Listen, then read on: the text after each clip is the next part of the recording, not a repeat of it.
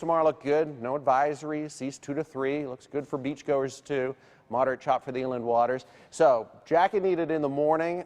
Chilly commute, but by the afternoon we're up around 77. Lots of sunshine. Northeast winds at 10. 7-day forecast as we roll into the holiday weekend. Looking nice.